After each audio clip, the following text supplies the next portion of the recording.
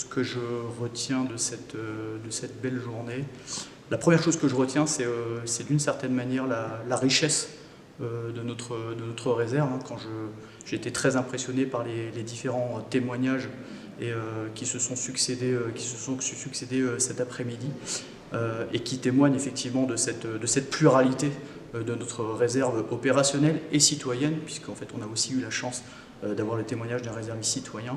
La deuxième chose que je retiens, mais je le savais déjà, c'est que le Puy-de-Dôme, ça reste un territoire d'engagement. C'est-à-dire qu'en fait, au sein de ce département, vous avez près de 80 entreprises qui ont conventionné avec la Garde nationale, ce qui place effectivement, comme vous l'avez dit, le Puy-de-Dôme en tête des départements français. Non, je ne sais pas, mais comme je le disais tout à l'heure lors de mon intervention, c'est vrai que l'esprit de défense souffle avec une belle intensité dans le Puy-de-Dôme. Je pense que c'est évidemment lié à la forte présence du ministère des Armées sur le territoire, puisque le territoire regroupe 4400 ressortissants du ministère des Armées, dont plus de 700 réservistes. Donc forcément, cette présence des militaires d'active, c'est aussi potentiellement une source d'inspiration et ça donne peut-être envie à des réservistes de nous rejoindre. Des réservistes, des militaires à temps partiel, comme j'aime les appeler, mais c'est bien des militaires.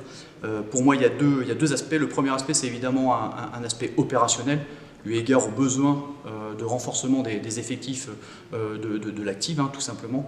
Puis la deuxième raison, c'est une raison qui est essentiellement sociale, pour le coup, eu égard aux besoins de renforcement de la cohésion nationale, compte tenu du contexte que l'on connaît actuellement.